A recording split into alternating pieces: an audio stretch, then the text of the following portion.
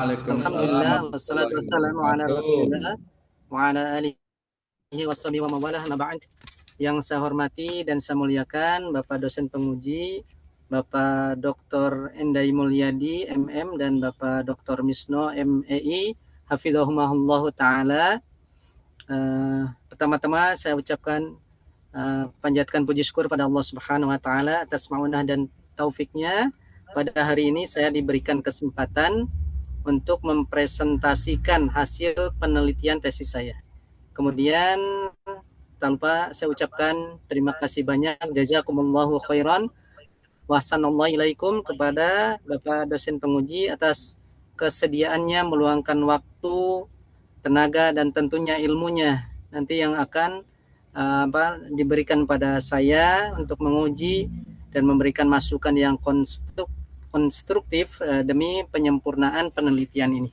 Tentunya saya pribadi menyadari tesis ini, penelitian ini masih sangat jauh dari kata sempurna. Oleh karenanya sangat diharapkan sekali kritikan, saran dan arahan yang membangun sebagai bekal saya untuk terus belajar dan memperbaiki diri. Mohon maaf sebelumnya Pak dosen, saya izin online qadarullah, masih di kampung di Ciamis dan ini masih di kendaraan di mobil karena baru nganter kakak menjalani operasi di Rumah Sakit Banjar. Jadi mohon maaf ini segala keterbatasannya, minimalis banget persiapannya dan kondisinya Pak Dokter. Dan ini juga masih Ya, di siap, kendaraan. monggo. Ini jadi tidak bisa pakai baju alma mater juga, ketinggalan di Tangerang Pak Dokter. Baik, Ya, untuk lanjut. berikutnya mohon izin, adapun penelitian yang akan saya presentasikan yaitu berjudul implementasi metode Ali dalam pembelajaran membaca Al-Quran di Kutab Markis. Dan izin untuk memaparkan ininya ya Pak dosen, Ya, penelitiannya. silakan. Afwan.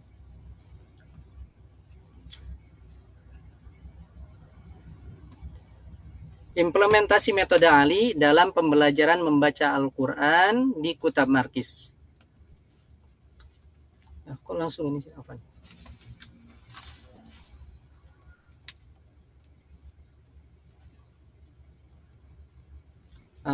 Pertama, latar belakang masalah.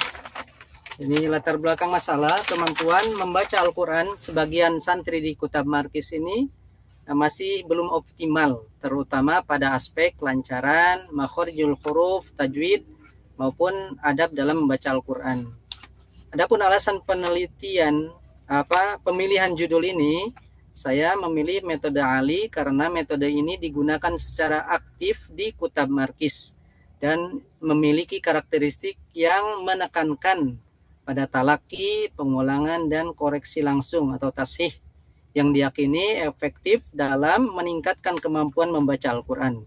Selain itu, karena penelitian mengenai implementasi metode Ali ini masih relatif terbatas, sehingga menarik untuk diteliti.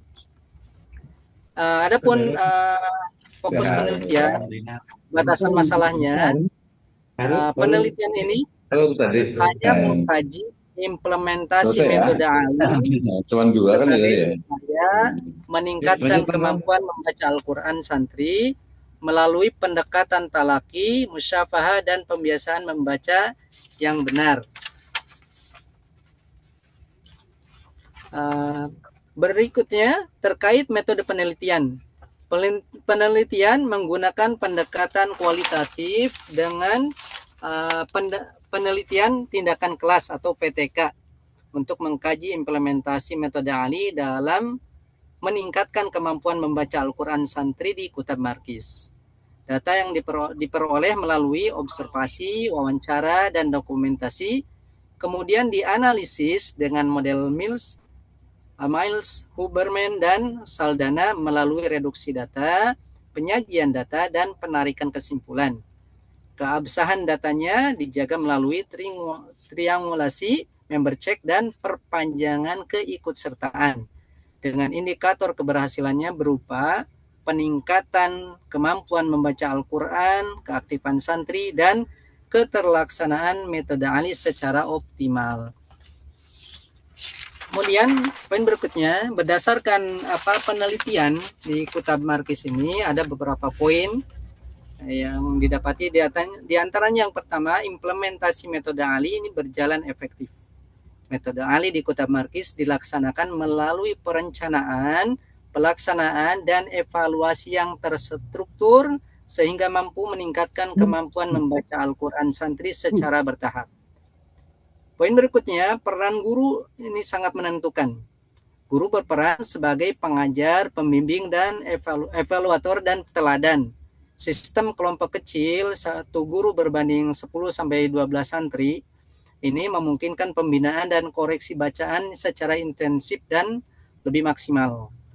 Poin berikutnya, respon dan motivasi santri yang positif. Santri menunjukkan antusiasme tinggi dalam pembelajaran, lebih percaya diri saat membaca Al-Quran, serta memiliki motivasi belajar yang meningkat melalui bimbingan dan umpan balik langsung dari guru. Poin berikutnya, terjadi peningkatan hasil belajar. Ya. Penerapan metode ALI meningkatkan kemampuan membaca Al-Quran santri pada aspek kelancaran membaca, ketepatan makhraj huruf, penerapan tajwid, ketepatan pelafalan, dan rata-rata nilai meningkat dari 67 menjadi 81 atau naik sekitar 14 poin. Poin berikutnya terkait faktor pendukung dan penghambat, ya. Faktor pendukungnya yaitu kemampuan dasar santri yang baik, dukungan orang tua, dan lingkungan belajar yang kondusif. Adapun di antara kendala ataupun faktor penghambatnya diantaranya perbedaan kemampuan awal santri, kurangnya pendampingan di rumah, dan lingkungan belajar yang kurang mendukung. Adapun temuan utama dari penelitian ini, bahwasanya metode ALI terbukti efektif sebagai metode pembelajaran Al-Quran di Kutab Markis karena menggabungkan prinsip talaki, drill, pengulangan, dan tashih, koreksi langsung, yang didukung oleh kompetensi guru serta lingkungan belajar yang kondusif. Maka kesimpulannya, implementasi metode ALI di Kutab Markis ini terbukti efektif dalam meningkatkan kemampuan membaca Al-Quran santri melalui pembelajaran yang sistematis, interaktif, dan berkelanjutan.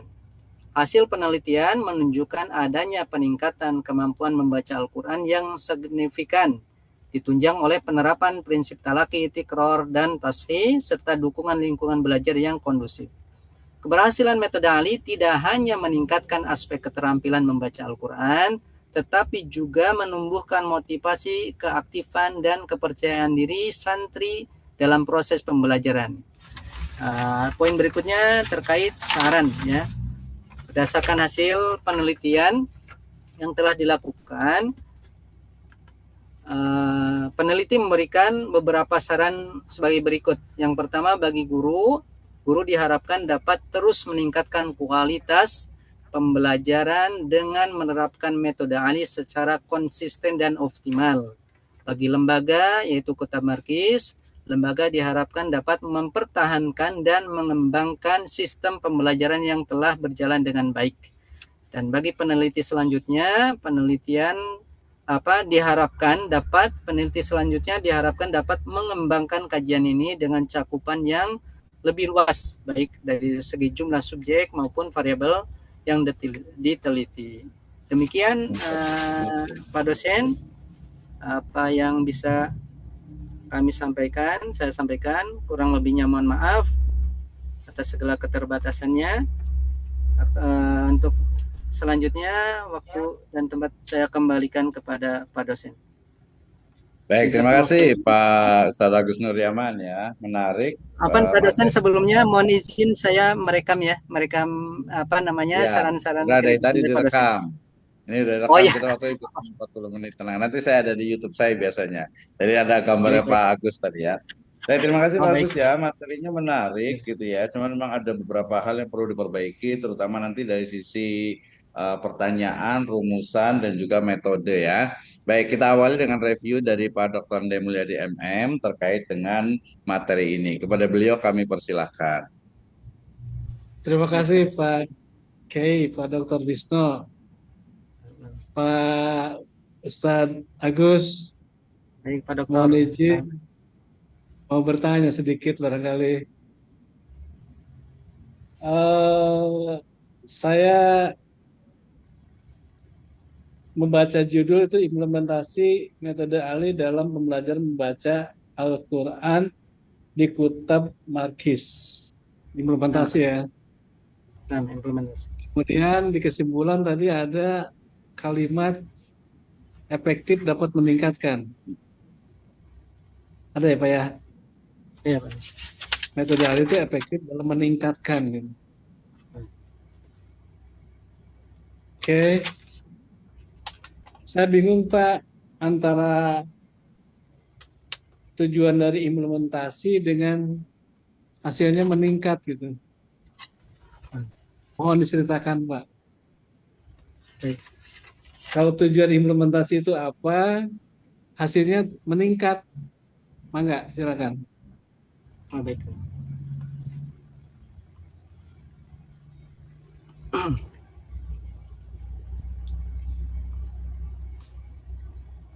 Sebentar Pak dosen. Ke slide-nya aja Pak, slide yang terakhir, ke kesimpulan slide. Oh ya baik, implementasi. Ya jadi tujuan utamanya sih ini ya Pak dosen, sebagaimana disampaikan di awal, untuk apa namanya fokus meneliti implementasi metode Ali dalam apa namanya upaya meningkatkan kemampuan membaca Al-Quran santri melalui pendekatan talaki, musyafahah, dan pembiasaan membaca yang benar itu.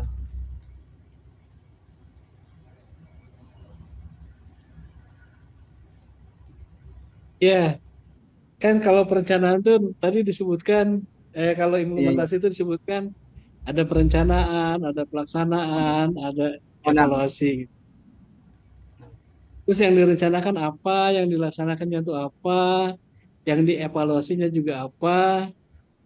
Tadi di kesimpulannya ada kalimat, barangkali kalau saya tidak salah lihat itu ada meningkat hasil belajarnya gitu. Iya, iya betul, ada meningkat. Di sini juga ada kan di kesimpulan. Iya, di kesimpulannya ada meningkat. Yang dievaluasi itu apa, yang dilaksanakan itu apa, yang direncanakan itu apa gitu. Mangga, Pak Ustadz, punten. Ya, baik.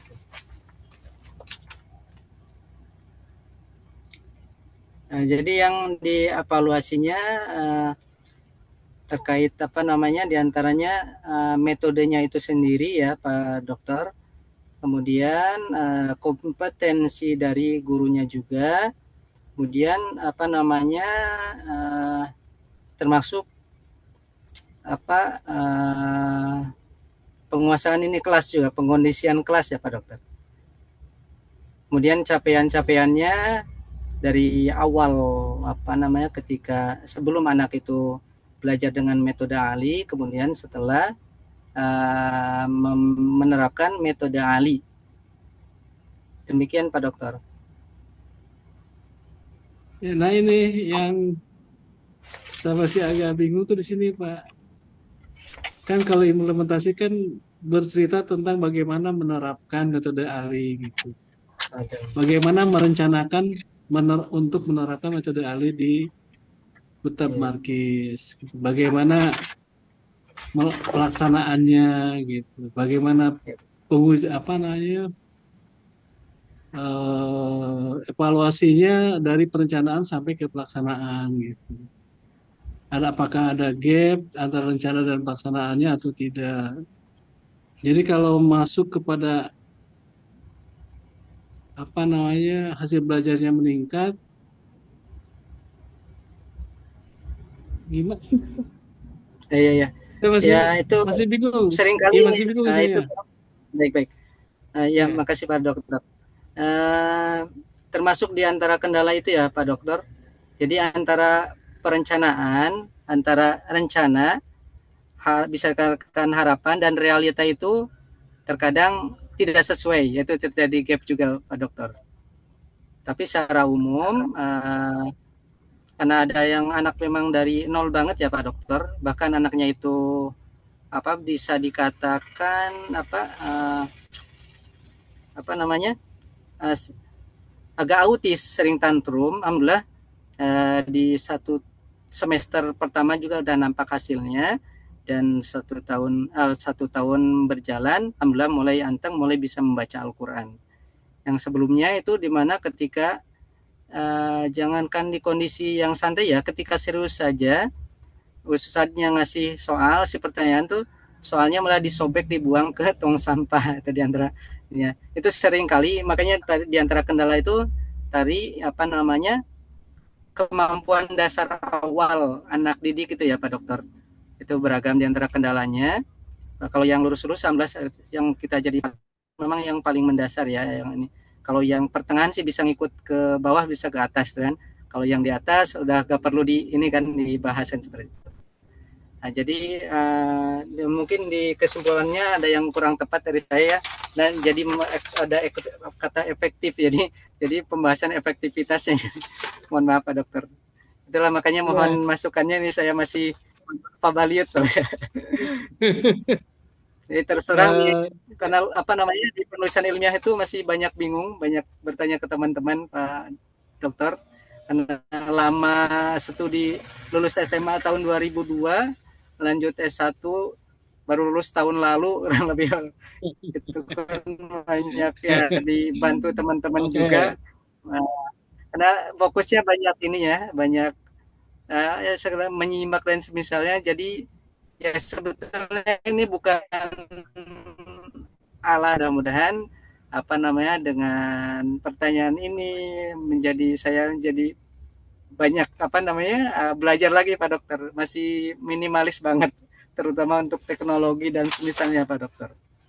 Ya, mungkin itu demikian Pak Dokter. Permohonan saya adalah Pak Ustadz Agus itu pahami dulu tentang makna daripada implementasi, kemudian pahami juga tentang makna peningkatan hasil belajar gitu. Nah, rasa-rasanya dua makna ini berbeda gitu.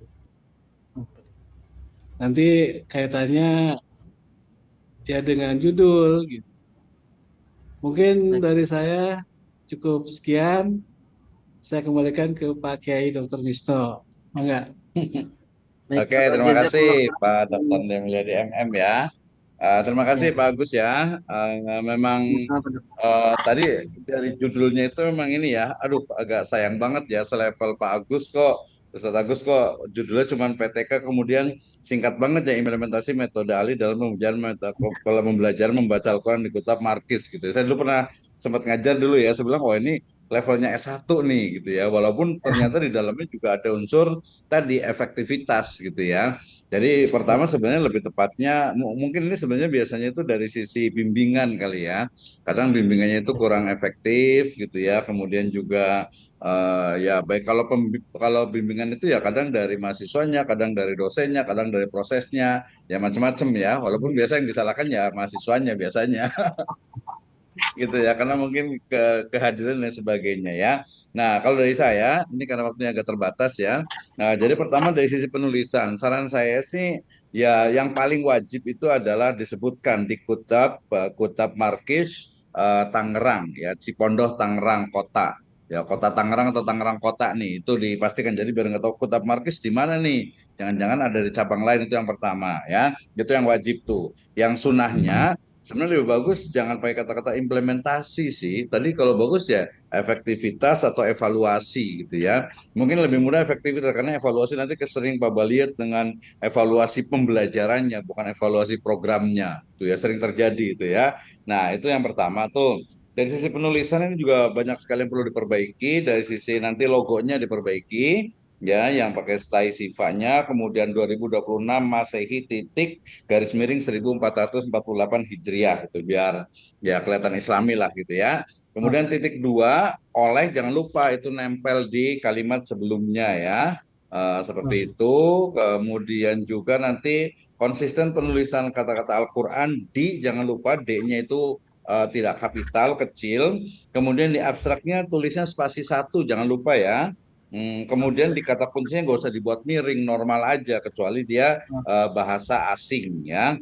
Bahasa asing itu baru dia dimiringkan. Oke. Kemudian dari sisi penulisan yang lainnya cukup banyak ini di halaman di bab satunya ya. Ini ngaranatanya ngageblak teuing halaman satu Oh, pendahuluan itu, jadi tidak ada hijau paragrafnya ya.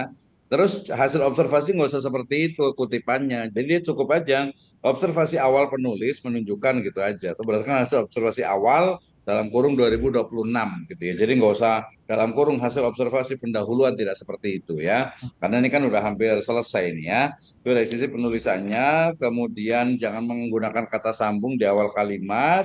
Kemudian ini beberapa referensi ya agak cukup bagus, cuman memang nanti sayangnya nih, jangan-jangan nanti khawatirnya nih Ustadz Agus nih, punya bukunya Prof. Sugiono nggak? Yang di halaman belum 4 ada tuh, Pak. Sugiono 2013. Punya bukunya nggak nih?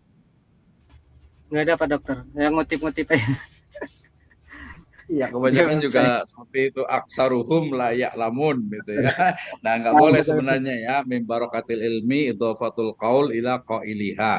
Salah satu dari keberkahan ilmu itu adalah menyandarkan ilmu, ide, gagasan, kutipan dari pemiliknya gitu. Jadi jangan sampai sebaiknya dihapus aja biar berkah lah gitu ya. Kan kita pengennya berkah gitu ya. Atau cari PDF-nya ada di internet gitu ya. Kemudian atau ke perpustakaan berbagai kampus, buka minimal lihat bukunya lah ini karena cetakan 2013. Oke, kemudian langsung ke konten juga nih di pertanyaan ini justru nomor satu dengan nomor dua itu sama. Baca bagaimana implementasi metode Ali. Yang kedua bagaimana proses pelaksanaan pembelajaran, sama aja. Kan implementasi proses pembelajaran membaca Al-Quran melalui metode Ali itu kan sama aja. Jadi nomor satu dengan nomor dua itu dilebur aja di satu aja ya. Bagaimana hasil kemampuan ya, ini yang agak kurang sih gitu ya. Jadi kalau pertanyaan hanya nomor satu itu ya ya S1 banget ya, karena dia hanya hanya implementasi mendeskripsikan ya, evaluasinya di mana nih, hanya mendeskripsikan yang ada gitu, sayang ya. Yang keduanya nomor satu nomor dua digabung jadi satu ya, langsung aja bagaimana implementasi. Yang nomor tiganya bagaimana hasil kemampuan bersalkuan nanti setelah diterapkannya metode Ali ya. Ini mungkin karena tadi ke metode pakai PTK ya, mungkin ada pertanyaan kali pada tujuan ketika PTK cocok nggak sih buat ini penelitian tindakan kelas itu untuk tesis. Kurang. Agak ya, agak-agak kurang ya, memang atau memang kurang ya. Nah, termasuk juga di halaman semua kurang katanya gitu ya. Jadi saya juga memang kurang gitu karena itu memang levelnya S1 dan juga memang ya untuk guru ya, praktis, Praktek. praktek gitu ya. Yang tujuan penelitiannya juga sama mendeskripsikan pelaksanaan. Nomor satu, nomor dua itu digabung. Nomor tiganya baru untuk menganalisis hasil dan peningkatan. Ya, jangan jangan pakai atau gitu ya. Nah, ini mungkin sebenarnya ini lebih bagus kalau ada unsur tadi efektivitasnya. Ya, bagaimana efektivitas penggunaan metode Ali dalam pembelajaran membaca Al-Quran. Dia agak naik level lah dikit ya. Nah, itu nanti diperbaiki tuh dari sisi apa istilahnya itu pertanyaannya. Kemudian ini di beberapa tulisan saya sudah coret-coret nih, nanti kalau ada waktu kesini aja ya. Nanti ada tulisan bahasa Inggrisnya tadi gitu ya.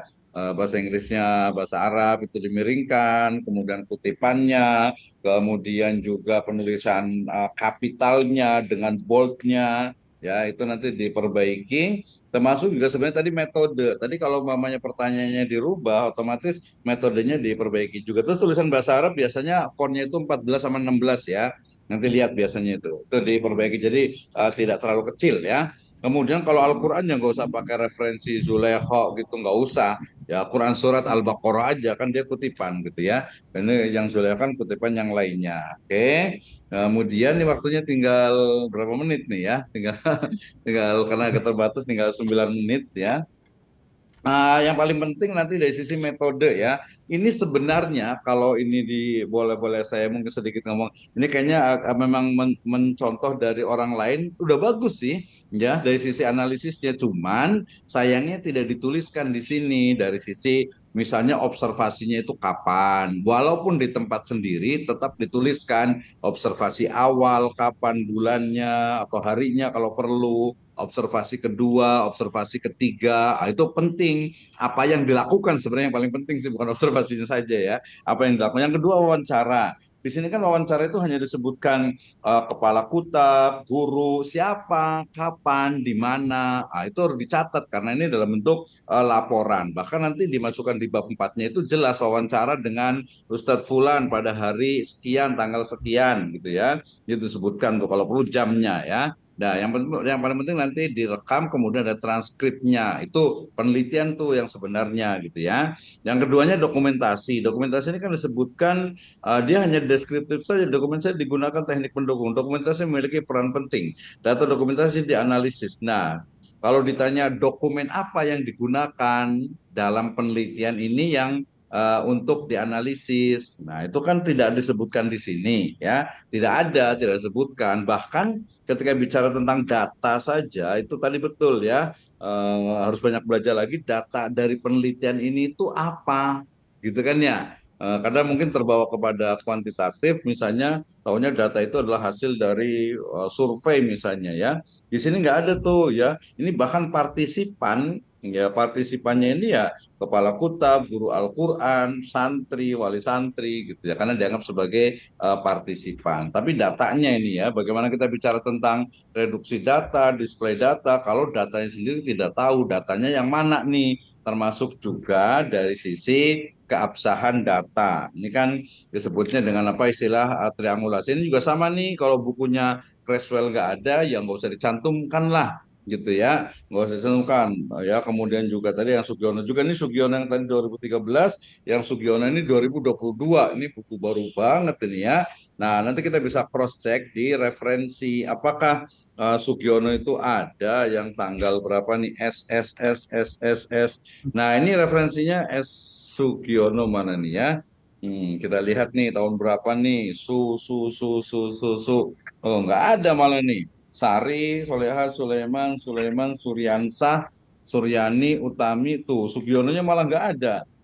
Padahal kan Sugiono cuma Sugiono aja namanya, Profesor Sugiono aja. Ya, Profesor Doktor Sugiono nggak ada malah tuh di referensinya ya. Ya, nggak ada kayaknya ya. Coba nanti lihat lagi nih.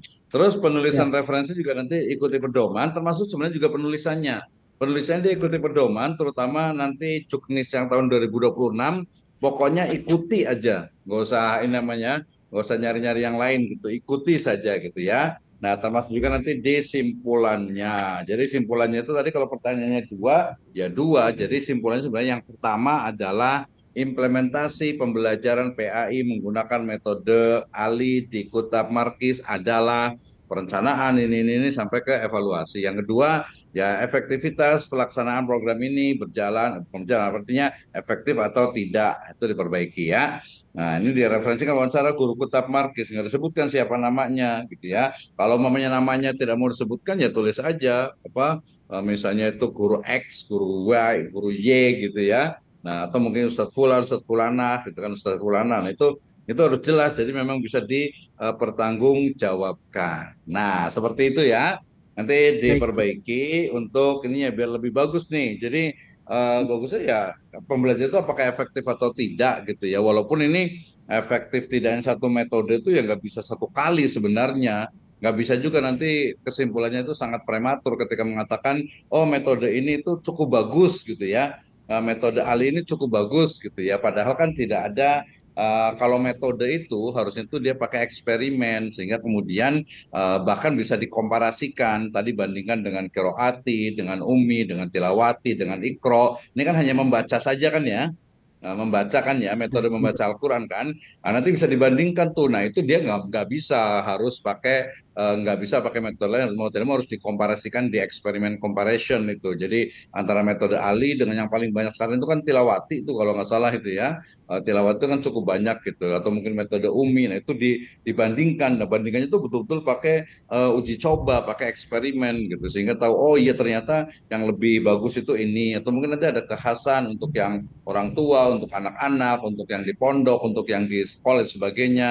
Nah, itu nanti bisa dibandingkan. Jadi, kita sebagai calon ilmuwan itu tidak bisa mengatakan, oh ini efektif gitu. Dasarnya apa? Oh nilainya bagus gitu ya. Belum tentu juga gitu. Itu kan hanya satu kali dengan satu istilahnya itu peserta yang terbatas itu. Gitu ya. Nah, ini Baik. nanti jadi diperbaiki. Banyak sih sebenarnya mau ditanyakan, tapi ya karena waktu yang terbatas nanti banyak belajar lagi aja. Ya, Baik. Ada berapa sih di sini santrinya di markas ini, di Kutab Markis ini? 20 pada sana. 20 20 saja. 20 ya. Semuanya itu 20 ya. Kelas pakai kelas nggak di situ? pakai Ibtidai, kelas. Sanawi itu Ya, udah hanya 20. Terus ya. metodenya ini sejak kapan dilaksanakan? Metode Ali ini. Sejak apa namanya tahun pertama itu, tahun pertama. Sekarang udah Ini masuk tahun ada keberapa? tahun kedua mau masuk tahun ketiga Pak Dokter. Berarti 2 tahun ya. Berarti Betul. belum ada metode lain yang digunakan. Sebelumnya pakai Ikro.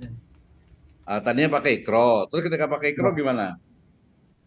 Ya, karena kan apa namanya Ikro lumayan jilid-jilidnya itu banyak dan apa namanya per huruf ya Pak Dokter. Jadi kalau metode Iya, Ali ini 6. dia langsung langsung sambung, tidak satu huruf bacanya.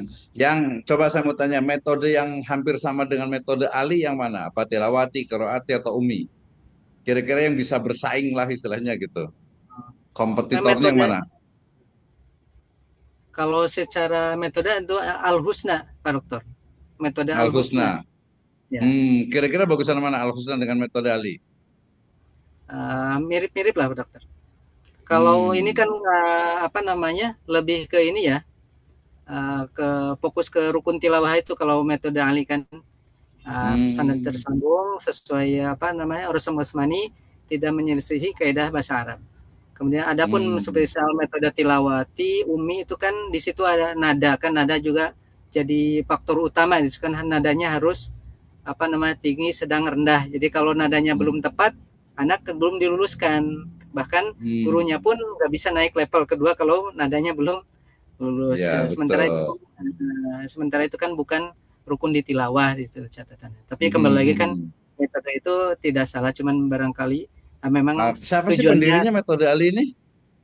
metode Ali tim apa ada timnya Ustaz. Cuman penulis Dari mana awalnya tuh? itu dari Pasar Rebo, Jakarta Timur. Nah, itu Hmm. penulisnya sendiri apa namanya? Saya pernah apa namanya? Belajar bareng juga waktu ngambil apa namanya? Sanad jurumiyah ya sama Hmm. beliau. Jadi Ustadz kembar, Ustadz Riwahi. Hmm. Cuman di menyusun metode ahli itu beliau bersama timnya. Jadi cikal bakal pemikirannya Ustadz Triwahyudi sama Triwahyono. Oke deh, terima kasih banyak ya. Ini sebenarnya kita harusnya ini diskusi banyak nih tentang metode Ali itu ya. Kalau memang dia bagus kan bisa dikembangkan gitu ya. Kalau memang punya kelebihan-kelebihan gitu kan. Apalagi tadi bukan bersaing sih, artinya dibandingkan dengan metode lain bisa lebih, itu nanti bisa dikembangkan. Jadi nanti siapa Ustaz Agus ini Pak Agus Nur Yaman ya, nanti dilengkapi Baik, pokoknya detail tentang metode alinya ya di bab 2 itu, agar baik, orang paham oh metode Ali itu seperti ini pembelajarannya, pelaksanaannya. Oke, terima baik. kasih banyak Pak Setagus Nuyaman. Silakan ditutup. Baik, Pak Dokter Misno dan Bapak Dokter Endai Mulyadi, hafizahumullah taala. Jazakumullah khairan wa assalamualaikum atas waktu, ilmu dan semua yang diberikan pada saya.